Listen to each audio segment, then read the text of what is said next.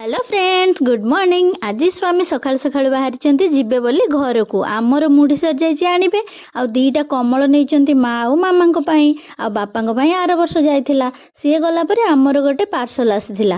पार्सलटा खोलिया पाई मोठु बेसी एक्साइटेड मो झियो डिम्पली, कारण सी बोधे जानी देछि कि आजिर पार्सलटा ता पाई आसीछि। आ एमती कहू कहू बाहरी पड़िला तार अति प्रियर पांडा बैगटा मु जेबेठु ऑर्डर कलिनी से सबुदिन मोबाइल रे ताकू देखे। आज फाइनाली ता आखि सामने देखिकी बैगटा से भारी खुशी, से मु बैगटा ता कांधरे पूरे देली आ सी साइड को जाइकी टिके नाची देला।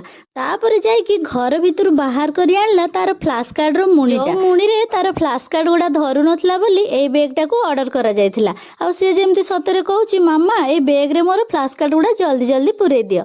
आज जेहेतु सोमवार थिला आ स्वामी पळैचंदी घर को, तेणु मु खेचुड़ी बनै देथिली आ मु खाइला बेले डिम्पली सब बासन गोसन आनिकी गोटे जगह ठूल कर खेलुथिला।